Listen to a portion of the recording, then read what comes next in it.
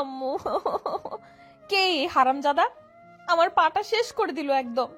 আমি বসা থেকে কোনোভাবে উঠে দাঁড়ালাম, দেখলাম রাস্তার উপরেই পড়ে আছে সেই বদমাস বাইকারটা। আমি তার কাছে গিয়েই বললাম, ওই বেটা, চোখ কোথায় রাখিস? হ্যাঁ, বাইক চালানোর সময় কি হুঁশ জ্ঞান থাকে না? আমি হেলমেটটা খুলে মেয়েটির দিকে তাকালাম, দেখলাম সাদা জামা পরা একটা মেয়ে আমার দিকে আঙুল দেখিয়ে চেঁচাচ্ছে। আমি বিরক্তির সুরে বললাম, ও হ্যালো মিস, এত চেঁচাচ্ছেন কেন? নিজেই তো মরার জন্য আমার বাইকের নিচে এসে পড়লেন। আপনার তো আমাকে ধন্যবাদ দেওয়া উচিত। আমি আপনাকে নতুন জীবন দিয়েছি, আর আপনি উল্টো আমার সাথে চেঁচামেচি করছেন। মরার এত ইচ্ছে থাকলে অন্য কারো বাইকের নিচে আসতে পারতেন। এমনিতেই পায়ে ব্যথা লেগেছে, তার উপর অসভ্য খাতাস লোকটা আমাকেই বকছে। আমি লোকটার সামনে বসে বললাম, এই আপনি তো মারাত্মক অসভ্য। আমার পায়ে ব্যথা লেগেছে আর আপনি আমাকে মরতে বলছেন? আমি আজই আপনার বিরুদ্ধে মামলা করব। আমি মেয়েটার কথাগুলো কানে না নিয়েই উঠতে গিয়েই আউচ! উফ! হঠাৎ দেখলাম মেয়েটার ঘ্যানঘ্যানানি বন্ধ হলো। আমি মেয়েটির দিকে এক নজর তাকিয়ে দেখলাম মেয়েটি আমার দিকে করুণ দৃষ্টিতে তাকিয়ে আছে। হঠাৎ আমার মাথায় একটা বুদ্ধি এলো। যদিও আমি তেমন ব্যথা পাইনি, কিন্তু এই মেয়ের ঘ্যানঘ্যানানি বন্ধ করার জন্য আমার একটু হলেও নাটক করতে হবে। আমিও ব্যথা পাওয়ার অভিনয় করে বললাম, আমার পাটা তো চলছেই না। আল্লাহ, আমি কি এখন পঙ্গু হয়ে যাব? আমি মেয়েটির দিকে তাকালাম, সে এখনও আমার দিকে তাকিয়ে আছে। আমি তাকে শাসিয়ে বললাম, আমি যদি এখন আমার দুই পায়ে দাঁড়াতে না পারি, আপনার 14 গোষ্ঠীর নামে মামলা করব, বলে দিলাম। আমি লোকটাকে টেনে তুললাম, তারপর একটা ট্যাক্সি ভাড়া করে হসপিটালে নিয়ে গেলাম। এমনিতে ব্যথায় সে পুরো ভর আমার উপরেই দিয়েছে, কিন্তু সেখানেও তার বাইকের প্রতি দরদ চাইনি। আমার বাইকটা? আগে ঠিকভাবে দাঁড়ান, তারপর বাইকের চিন্তা করবেন। আরে আমার বাইক! মেয়েটা আমাকে ট্যাক্সিতে উঠিয়ে দিল, কিন্তু আমি আমার শখের বাইক ফেলে কোথাও যাচ্ছি না। মেয়েটি আমার কসলাকসলি দেখে আমার দিকে রাগি চোখে তাকালো। তারপর, উফ, অসভ্য লোক, বদমাশ শয়তান! আজ কার মুখ দেখে আমার ঘুম ভেঙেছিল কে জানে। ও হ্যাঁ, আজ তো আমি ঘুম থেকে উঠে নিজের মুখটাই দেখেছিলাম আয়নায়। এখন থেকে ড্রেসিং টেবিলের আয়নায় পর্দা লাগিয়ে দিতে হবে, না দেখবো এই মুখ, না দেখা হবে এমন ক্যাচালের সাথে। আমি একজন পথচারীর সাহায্য নিয়ে তার বাইকটা উঠিয়ে তালা মেরে দিলাম। তারপর ট্যাক্সিতে উঠে চাবিটা তার হাতে দিয়ে বললাম, এবার শান্তি। আমি চাবিটাতে চুমু খেয়ে বললাম, অনেক। লোকটা আমার মুখের কাছে আসতেই আমি সরে বসলাম। ট্যাক্সি চলছে হাসপাতালের দিকে, আর আমি তাকিয়ে আছি মেয়েটির দিকে। সাদা জামাতে একদম পরীর মতো লাগছে, লম্বা খোলা চুল, চমৎকার তার চোখ। আমি তো প্রেমেই পড়ে যাচ্ছি। মেয়েটার কথাই আমার ঘোর কাটলো। হাই, আমি কিয়ারা। আর আমি তোমার পিয়ারা। মেয়েটি ভ্রু কুঁচকে তাকাতেই আমি আমতা আমতা করে বললাম, আমার নাম পিয়াস। ট্যাক্সির ঝাঁকুনিতে স্লিপ অফ থ্যাং হয়ে গিয়েছিল। এই লোকটার মধ্যে গতি সুবিধার না, ইচ্ছে করছে এখনই কিক মেরে ট্যাক্সি থেকে ফেলে দিই, কিন্তু কিক মারলে তো আমার নামে মামলা দিয়ে আসবে। আমরা হাসপাতালে চলে এলাম। ডাক্তার আমাদেরকে দেখে ওষুধ দিয়ে দিল। আচ্ছা, তাদের পরিচয়টা দিয়ে দিই। গল্পের নায়কের নাম পিয়াস চৌধুরী, এখন কলেজের 2য় বর্ষে পড়ছে। তার মা নেই, মা তাকে জন্ম দেওয়ার সময় মারা যায়। সে বর্তমানে বাবার সাথেই থাকে। তার বাবা পলাশ চৌধুরী অনেক বড় বিজনেসম্যান, তবে পিয়াসের ব্যবসার কোনো আগ্রহ নেই। সে তার বন্ধু রাফি আর প্রীতমের সাথে আড্ডা দিয়ে সময় পার করে, বাকি সময় বাইক নিয়ে শহরে ঘুরে বেড়ায়। গল্পের নায়িকার নাম কিয়ারা আলী। তার বাবা নেই, সে মায়ের সাথেই থাকে। সে মধ্যবিত্ত পরিবারের মেয়ে, নিজে টিউশন করে পড়াশোনা করে। সেও কলেজের 2য় বর্ষে পড়ছে। সে খুব ভালো রান্নাও করতে পারে। তারা মা মেয়ে একটা খাবারের দোকান খুলেছে। কিয়ারা সকালে ক্লাস করে বিকেলে টিউশন করে, আর রাতে পড়াশোনা শেষে বিভিন্ন পদের খাবার তৈরি করে। আর কিয়ারার মা মিসেস শিলা সেই খাবারগুলো ভ্যানে বিক্রি করেন। এভাবেই তাদের সংসার চলে। আমি পিয়াসের কাছে গিয়ে দাঁড়ালাম, আমাকে দেখেই ও মাথা তুললো। আমি বললাম, এখন কি বাসায় যেতে পারবেন, নাকি কোলে করে নিয়ে যেতে হবে? হ্যাঁ, কোলে করে নিয়ে গেলে ভালোই হবে। আমি মুখ ঢাকিয়ে চলে এলাম। বাবাকে ফোন করতেই বাবা সিদ্দিক চাচাকে পাঠিয়ে দিলেন। সিদ্দিক চাচা আমাদের বাসায় কাজ করেন, সাথে রান্না বান্নাও করেন। তিনি আমাকে বড় করেছেন। এই মুহূর্তে বাবা অফিসে থাকে, তাই এখানে আসার সুযোগ পাইনি। অফিস ফেলে আমাকে দেওয়ার মতো সময় তার নেই। আমি সিদ্দিক চাচার সাথে বাসায় চলে এলাম। বাসায় এসেই কিয়ারার কথা ভাবছি। সিদ্দিক চাচা ড্রাইভারকে পাঠিয়ে দিলেন আমার বাইকটি নিয়ে আসার জন্য। ড্রাইভার আমার রুমে এসে আমাকে একটা রুমাল লিখিয়ে দিল, সাথে বাইকের চাবিটাও দিয়ে গেল। আমি রুমালটি দেখে অবাক হলাম, জিজ্ঞেস করলাম, এটা কোথায় পেয়েছেন? ভাইজান, বাইকের ওপর পাইছি। আচ্ছা, তুমি যাও। আমি রুমালটি খুলে দেখলাম তাতে কিছু লেখা আছে, পরের বার থেকে সাবধানে বাইক চালাবেন। কিছুদিন পর কলেজে একটা ফুটবল ম্যাচ ছিল কলেজের আরেকটা গ্রুপের সাথে। আমাদের সেই ম্যাচটি জিততে হবে। আমরা কলেজের মাঠে পজিশন নিলাম। হঠাৎ গ্যালারিতে চোখ পড়তেই কিয়ারাকে দেখলাম। অবাক হয়ে তার দিকেই তাকিয়ে আছি। ও আমাদের কলেজে কি করছে? ও তো এখানে পড়ে না। আমি আমার বান্ধবী ঋতুর সাথে তার ভাইয়ের কলেজে এসেছি। কলেজটা অনেক বড়। আমার একটা সময় এই কলেজেই পড়ার ইচ্ছে ছিল, কিন্তু বেশি টাকা হওয়ায় অ্যাডমিশন নিতে পারিনি। ঋতুর ভাইয়া মিলন এই কলেজে পড়ে। আজ তাদের ফুটবল ম্যাচ, আমরা তাকে উৎসাহ দিতে এসেছি। খেলা বিরতির সময় প্রীতম আমার কাছে এসে বলল, তোর মনোযোগ কোথায়? আজ আমাদের জিততেই হবে, আর তুই এদিক ওদিক তাকাচ্ছিস। আমি এখনো কিয়ারার দিকে তাকিয়ে আছি। তখনই আমার সামনে লিজা এসে দাঁড়ালো। পিয়াস, তোমাকে আজ খুব ক্লান্ত লাগছে, কি ব্যাপার? আমি লিজার কথায় পাত্তা না দিয়েই গ্যালারিতে বসা কিয়ারার দিকেই তাকিয়ে আছি। লিজা আমার মুখ তার দিকে ঘুরিয়ে বলল, ওদিকে কি দেখছো? লিজা পেছন ফিরে গ্যালারিতে তাকাতে কিয়ারাকে দেখল। তারপর পিয়াসকে জিজ্ঞেস করলো, ওই মেয়েটাকে তুমি চেনো? না। আবার খেলা শুরু হলো। পিয়াস এবার ভালো করেই খেললো। কিয়ারা তার বিপক্ষ দল মিলনের জন্য চেয়ার আপ করছে। এটা দেখেই তার রাগ উঠে গেল। একটা কিক দিতে বলটা নেটের ভেতরে ঢুকে গেল। সবাই গোল বলে চিৎকার করছে। মিলন ভাইয়া হেরে যাওয়াতে ঋতু মন খারাপ করে বসে আছে। আমি ওকে সান্ত্বনা দিচ্ছি, তখনই কোথা থেকে একটা বল আমার দিকে ছুটে এলো। আমি বলটা হাতে নিয়ে সামনে তাকিয়ে দেখলাম সেই দিনের সেই বদমাস বাইকারটা। বলটা আমাকে দাও। আমি বলটা তার নাক বরাবর ছুঁড়ে মারলাম। সে নাক ধরে আমার দিকে রাগী চোখে তাকালো। আমি বললাম, নেক্সট টাইম বল দেওয়ার আগে দেখবেন কার দিকে দিচ্ছেন। চোখ কান খোলা রেখে কাজ করবেন, নয়তো পস্তাতে হবে। আমি কিয়ারার সামনে এসে বললাম, তুমি আমার নাক ফেটে দিয়েছ, আজ তোমার নামে মামলা হবে। লিজা তেড়ে গেল কিয়ারার দিকে। এই মেয়ে, তোমার এত বড় সাহস, তুমি পিয়াসের গায়ে বল ছুঁড়ে মারছো? তুমি জানো ও কে? আমার জানার কোনো ইচ্ছে নেই। কিয়ারা চলে যেতেই আমি আপন মনে হাসলাম। লিজা বলল, পিয়াস, তুমি হাসছো কেন? কই না তো, কোথায় হাসছি? রাফি পেছন থেকে এসে বলল। মেয়েটা তো পুরাই পরি। আমি রাগী চোখে রাফির দিকে তাকাতেই সে বলল, এর পাশেরটার কথা বলছি। লিজা ভ্রু কুঁচকে বলল, কি বললি তুই? এই, তুই পিয়াসকে কি বললি? পিয়াস, ওই মেয়েটা তোমার পছন্দ হয়েছে নাকি? আরে না। লিজা পিয়াসের মুখে না শুনে মনে মনে স্বস্তির নিঃশ্বাস ফেলল। পরের দিন কিয়ারার সব তথ্য বের করলাম। কিয়ারা যেই কলেজে পড়ে সেটা আমার কলেজ থেকে অতটা দূরে না। আমি প্রতিদিন ক্লাস শেষ করে কিয়ারার কলেজের সামনে চলে যাই। প্রতিদিনই ওকে ফলো করি। ও মারাত্মক পরিশ্রমী। ক্লাস শেষ করে প্রতিদিন টিউশনে যাই, তারপর একদম সন্ধ্যার পর বাসায় ফিরে। এখন আর আমার আড্ডায় বসা হয় না। প্রীতম রাফি প্রতিদিন আমাকে কল করে বলে আড্ডাখানায় আসতে। মূলত প্রীতমের বাবার রেস্টুরেন্টে আমরা আড্ডা দিই। লিজাও মাঝে মাঝে আমাদের সাথে যোগ দেয়। আজ লিজা আমাকে ফোন দিল সন্ধ্যার দিকে। তুমি আড্ডাখানায় আসবে না? না, আমি একটু ব্যস্ত আছি, কালকে আসবো। তুমি আজকাল এত ব্যস্ত থাকো কেন? লিজার প্রশ্নের উত্তর না দিয়েই আমি কল কেটে দিলাম। আবার মনোযোগ দিলাম কিয়ারার দিকে। সে রাস্তার ফুটপাত দিয়ে হাঁটছে, আমিও তার পিছু নিচ্ছি। সন্ধ্যায় রাস্তার ফুটপাত দিয়ে হাঁটতে আমার ভীষণ ভালো লাগছিল। মৃদু বাতাস আমাকে ছুঁয়ে দিচ্ছে। হঠাৎ আমার মনে হলো কেউ আমার পিছু নিচ্ছে অনেকক্ষণ ধরে।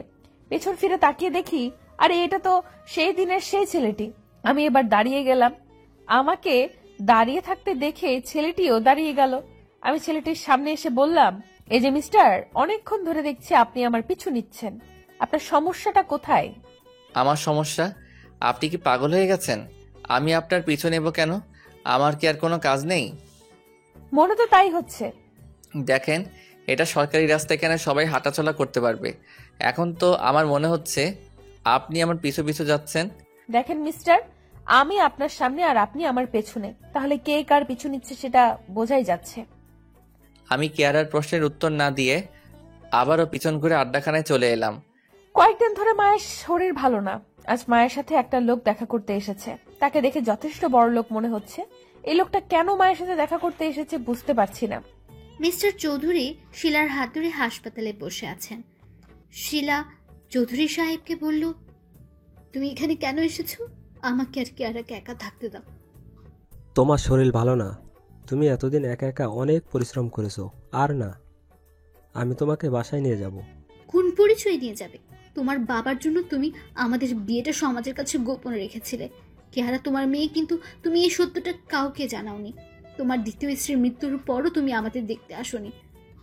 শিলা, আমি তোমাকে অনেক খুঁজেছি, কিন্তু তুমি আগের বাসাটা চেঞ্জ করে ফেলেছিলে। চেঞ্জ করা ছাড়া উপায় ছিল না। সবাই আমাকে নিয়ে বাজে কথা ছড়াচ্ছিল, কিয়ারার অস্তিত্ব নিয়ে বাজে মন্তব্য কানে আসছিল।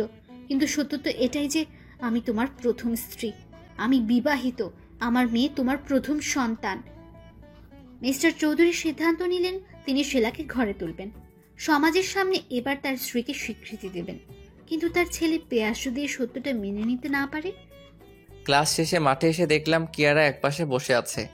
আমি তার দৃষ্টি আকর্ষণের জন্য কয়েকবার তার সামনে দিয়ে হেঁটে গেলাম, কিন্তু এই মেয়ে তো আমার দিকে তাকাচ্ছেই না। এবার বলটা তার দিকে ছুঁড়ে মারলাম।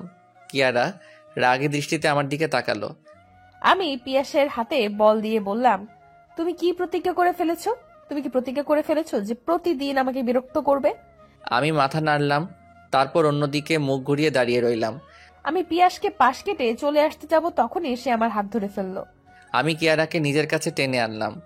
সে আমার দিকে অপলক দৃষ্টিতে তাকিয়ে আছে। আমি তার হাতে বলটি দিয়ে বললাম, একটা গোল করে দেখাও। আমি পিয়াসের কথায় অবাক হলাম। কাছে এনে সে গোল করতে বলল। আমি রেগে বলটা তার দিকে ছুঁড়ে মারলাম। সে বলটি কিক দিয়ে গোল পোস্টে ঢুকিয়ে দিয়ে বলল, তোমার ওই মিলন কখনোই আমার মতো খেলতে পারবে না। আমার কথাটা শুনেই রাগ উঠল। লোকটা নিজেকে কি মনে করে, দাঁড়া দেখাচ্ছি তোকে। আমি বলটা নিয়েই মাঠে দৌড়াতে লাগলাম। পিয়াস আমার পিছু পিছু ছুটছে। হঠাৎ বলের সাথে পা লেগেই আমি পড়ে যেতে নিলে পিয়াস আমাকে ধরে ফেললো। আমি কিয়ারাকে শক্ত করে ধরে রেখেছি।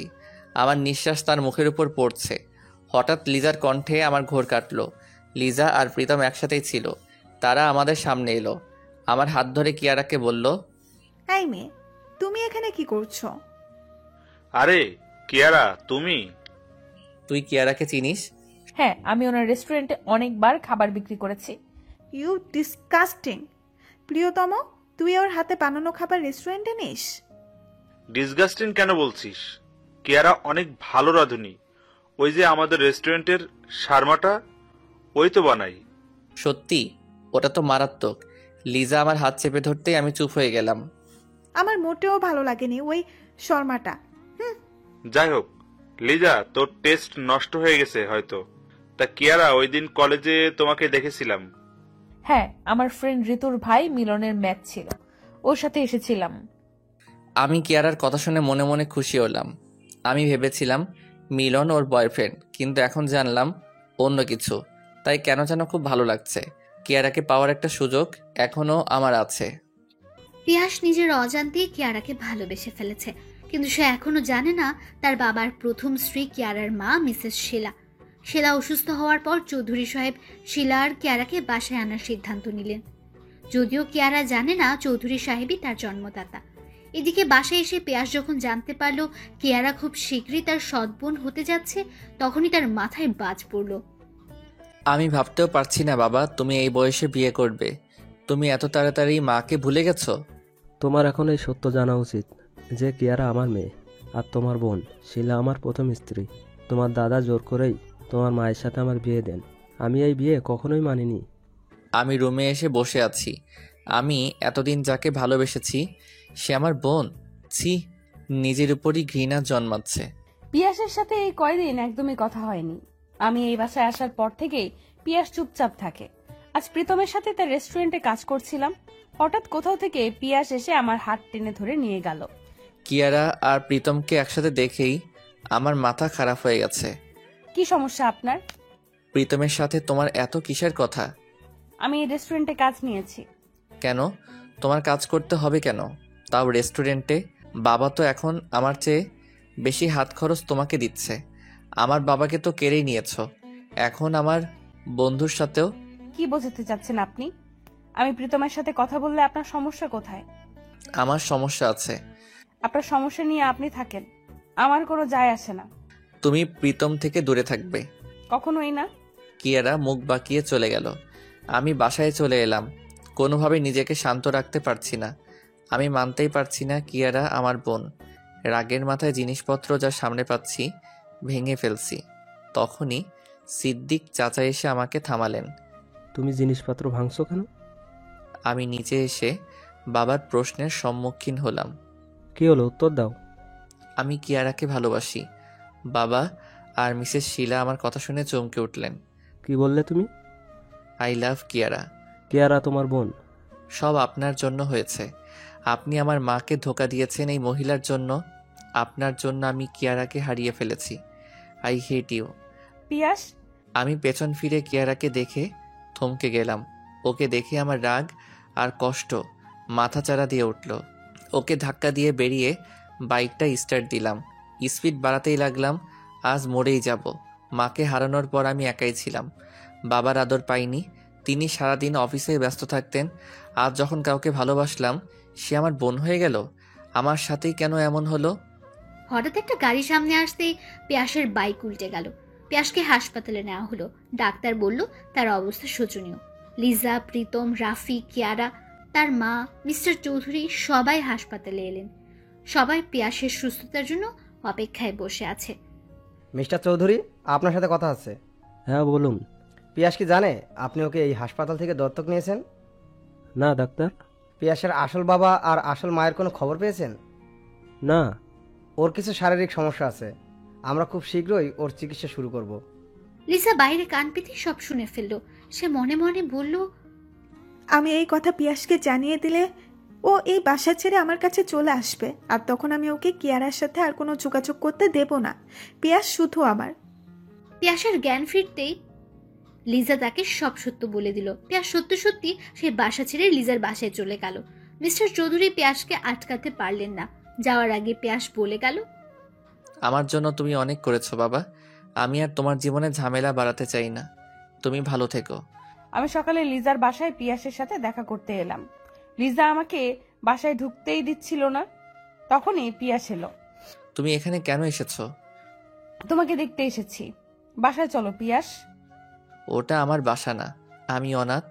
আমার কোনো বাসা নেই। প্লিজ পিয়াস, বাসায় চলো প্লিজ। পিয়াস যখন যেতেই চাচ্ছে না তাহলে তুমি ওকে কেন জোর করছো? এরপর আমি একাই চলে এলাম, কিন্তু বাসায় গেলাম না। কলেজের মাঠে বসে রইলাম।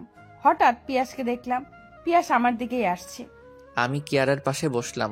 পুরো মাঠে আমি আর কিয়ারা ছাড়া কেউ নেই। অনেকক্ষণ আমরা চুপচাপ বসে রইলাম।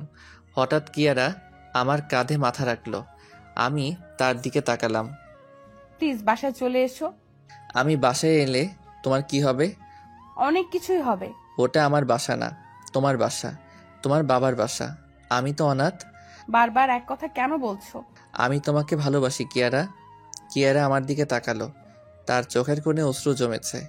ও বসা থেকে উঠে যেতেই আমি ওর হাত ধরে টান দিলাম। তারপর নিজের কোলে বসিয়ে ঠোঁটের ঠোঁট চেপে ধরলাম। কিয়ারা একদমই প্রস্তুত ছিল না। সে কোনো রেসপন্স করলো না, তবে নীরবে আমাকে সাই দিল। খোলা মাঠে ও আমার সাথে কি করছে এসব কেউ দেখে ফেললে? আমি যতই নিজেকে ছাড়ানোর চেষ্টা করছি ও ততই আমাকে চেপে ধরেছে। আমি কিয়ারাকে ছেড়ে দিলাম। দুজনে হাঁপাচ্ছি। কিয়ারা বলল, তুমি একটা ফাজিল, শয়তান, ছ্যাচরা। ও এক নিঃশ্বাসে বলে গেল। আমি ওর কথা শুনে হাসলাম। ও আমার বুকে ঘুষি দিয়ে বলল, হাসছো কেন? এমনিতেই। এমনিতেই কেউ হাসে না। আমার তো তোমাকে দেখলেই হাসি পায়। মুখটা দেখতে কার্টুনের মতো। কি বললে? আমি কার্টুন? 2 সপ্তাহ পর পিয়াস আর লিজা বাইরের দেশে চলে গেল। পিয়াসের বাইরের দেশে পড়াশোনা করার ইচ্ছে ছিল, তবে যাওয়ার আগে পিয়াস কিয়ারাকে বলল, আমার জন্য অপেক্ষা করো। আমি এসেই তোমাকে আমার পিয়ারা বানিয়ে নেব। এদিকে লিজা মনে মনে ভাবল, আমার হাতে 4 বছর সময় আছে। এই 4 বছরে পিয়াসকে আমি নিজের করেই ছাড়বো। পড়াশোনা শেষ করে ফেলেছি। আজই গ্র্যাজুয়েশনের সার্টিফিকেট পেয়েছি। লিজাকে বললাম, এবার তুমি কি করবে? এখন বিয়ে করাই বাকি। আমি মনে মনে হাসলাম। লিজাও তাহলে বিয়ের চিন্তা করছে। আসলে গতকালই প্রীতমের ফোন এসেছিল। সে বলল লিজার সাথে যাতে এই বিষয়ে কথা বলি। ও মূলত লিজাকে ছোটবেলা থেকেই ভালোবাসে। এখন ভাবছি দেশে গিয়েই এই কথা বলবো, যেহেতু ওরও বিয়ের ইচ্ছা আছে। আজ পিয়াস দেশে ফিরবে। আমি 4 বছর ধরে ওর অপেক্ষায় ছিলাম। শেষমেশ আমার অপেক্ষার সমাপ্তি হতে যাচ্ছে। আমি খুবই খুশি। বাবা মাকে আগে থেকেই বলে ফেলেছি আমি পিয়াসকেই বিয়ে করব। তারাও রাজি আছেন। আমি সিদ্দিক চাচার সাথে এয়ারপোর্টে চলে গেলাম। অনেকক্ষণ পিয়াসের অপেক্ষায় দাঁড়িয়ে আছি। হঠাৎ পিয়াসকে দেখলাম লিজার সাথে। দূর থেকে কিয়ারাকে দেখলাম। আমাকে আর লিজাকে একসাথে দেখে কিয়ারা খেপে গেল। আমি একটু মজা নেওয়ার জন্য লিজার হাত শক্ত করে চেপে ধরলাম। লিজাও মনে মনে খুশি হলো। কত বড় সাহস! ও আমাকে ভুলে অন্য মেয়ের হাত ধরে আছে। দাঁড়াও, আগে বাসায় আসো, তারপর দেখাবো মজা। আসসালামু আলাইকুম সিদ্দিক চাচা, কেমন আছেন? ভালো আছি বাবা, কত বছর পর তোমাকে দেখলাম। কি বেদ্যপ ছেলে! আমার সামনে দাঁড়িয়ে আমার দিকে তাকাচ্ছে না। ইচ্ছে তো করছে চোখগুলো ফুটো করে দিতে। আর ওই লিজা মেয়েটার চিপকো স্বভাব এখনো যায়নি। কিয়ারা টমেটোর মতো ফুলে গেছে। আমার তো ভীষণ মজা লাগছে। পিয়াস এখনো আমার দিকে তাকায়নি। লিজার হাত ধরে পেছনে বসে পড়লো। লিজাও আমার দিকে তাকিয়ে বাঁকা হাসি দিচ্ছে। সিদ্দিক চাচা সামনে বসেছেন। আমি উঠতেই পিয়াস বলল, গাড়িতে কি এত জায়গা আছে? চাচা, আপনি আসলেও তো পারতেন। এতজনের আসার কোনো দরকার ছিল না। পিয়াসের কথা শুনে আমার খুব খারাপ লাগলো। ও কি তাহলে এই 4 বছরে আমাকে ভুলে গেছে? আমি গাড়ির দরজা বন্ধ করে দিয়ে বললাম, চাচা আমি অন্য গাড়ি নিয়ে আসছি, আপনারা যান। কিয়ারা গাড়িতে উঠল না। ও কি তাহলে রাগ করেছে আমার সাথে? হয়তো একটু বেশি বেশি বলে ফেললাম। আমি চাচাকে বললাম, থাক, আসছে যেহেতু উঠেই যাক। চাচা গাড়ি থেকে নেমে আমাকে বসতে বললেন। আমি বসলাম না। অন্য একটা গাড়ি নিয়ে বাসায় চলে এলাম। কিছুক্ষণ পর পিয়াসের গাড়ি ঢুকলো। পিয়াস বাবা মাকে সালাম করলো, তারপর নিজের ঘরে চলে গেল। সন্ধ্যায় লিজার কল এলো। ও কাঁদো কাঁদো কণ্ঠে বলল, এক্ষুনি বাসায় আসো, প্রীতম আমাকে শেষ করে ফেলেছে। আমি লিজার বাসার উদ্দেশ্যে বেরোতেই কিয়ারা বলল, কি হয়েছে? লিজার ফোন এসেছে। ও কান্নাকাটি করছে। আমি সহ যাব। আমি কিয়ারাকে নিয়ে বের হলাম। এরপর লিজার বাসায় গিয়ে দেখলাম প্রীতম মেঝেতে পড়ে আছে। লিজার গায়ের কাপড় ঠিক নেই। লিজা আমাকে দেখেই দৌড়ে এলো। আমি লিজাকে একপাশে বসালাম। প্রীতম আমাকে ধর্ষণ করতে চেয়েছে, ও একটা ধর্ষক।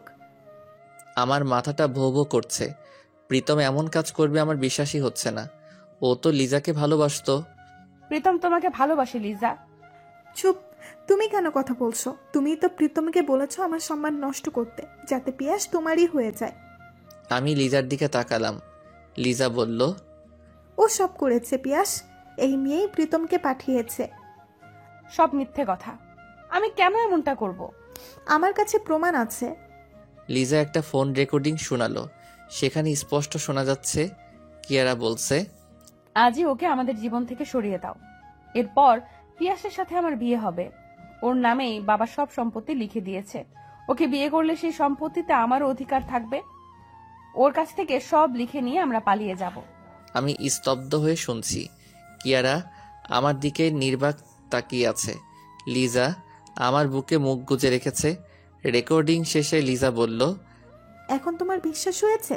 আমি মিথ্যা বলছি না পিয়াস, এই মেয়েটাই আমার ক্ষতি করেছে। আমাকে বিশ্বাস করো পিয়াস, আমি এই কথা বলিনি। এগুলো মিথ্যা।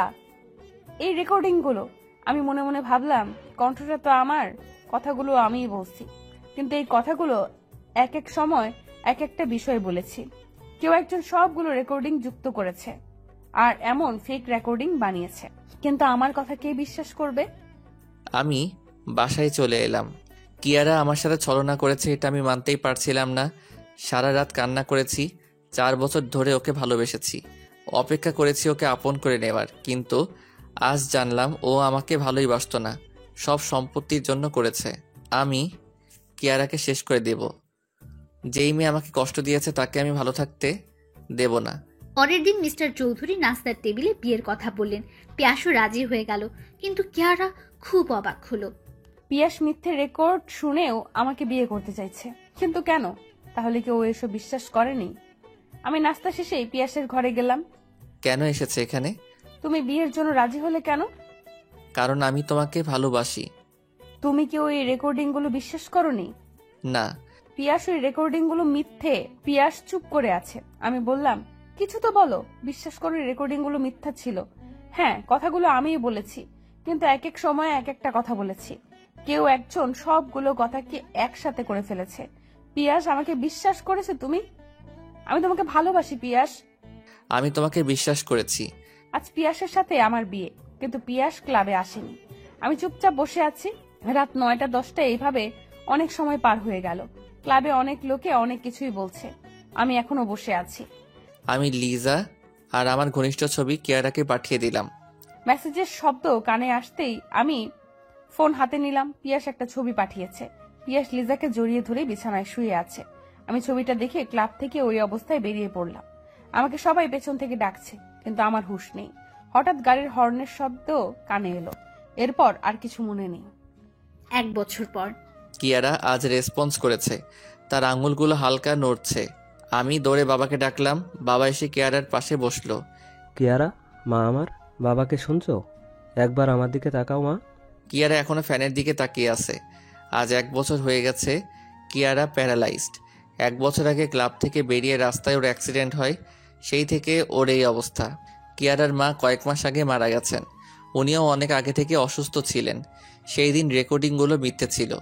কিয়ারার কথাই সত্য। এসব প্রীতম লিজার কথাই করেছে। লিজা ওকে শর্ত দিয়েছে, এমন করলে লিজা তাকে বিয়ে করবে। কিন্তু পরবর্তীতে লিজা আমার সাথে ঘনিষ্ঠ হওয়া শুরু করে, তাই প্রীতম আমাকে সব জানিয়ে দেয়। এরপর আমি বাসায় ফিরে জানতে পারি কিয়ারার অবস্থার কথা। বাবা আমাকে ক্ষমা করেননি, তবুও সিদ্দিক চাচার কথায় আমি কিয়ারার সাথে দেখা করার অনুমতি পেয়েছি। আজ 4 মাস হলো আমি কিয়ারার সাথে নিয়মিত দেখা করতে আসি। আমি আসার পর কিয়ারা অনেকটা সুস্থ হয়ে আসে। আমি বাবাকে বললাম আমি কিয়ারাকে বিয়ে করতে চাই। বাবা প্রথমে রাজি হচ্ছিল না, পরে রাজি হয়। আজ আমার আর কিয়ারার বিয়ে। বিয়ের রেজিস্ট্রিতে আঙুলের ছাপ দিয়ে কিয়ারা আমার স্ত্রী হিসেবে পরিচিতি পায়। আমি রাতে ঘরে এসে ওকে হুইল চেয়ার থেকে বিছানায় শুইয়ে দেই। ও আমার দিকে তাকালো। আমি ওর কপালে চুমু দিয়ে বললাম, ভালোবাসি কিয়ারা, আমি জানি তুমি একদিন সুস্থ হবে। তারপর আবার শুরু হবে আমাদের রঙিন ভালোবাসা। ধন্যবাদ সবাইকে আমাদের পাশে থাকার জন্য।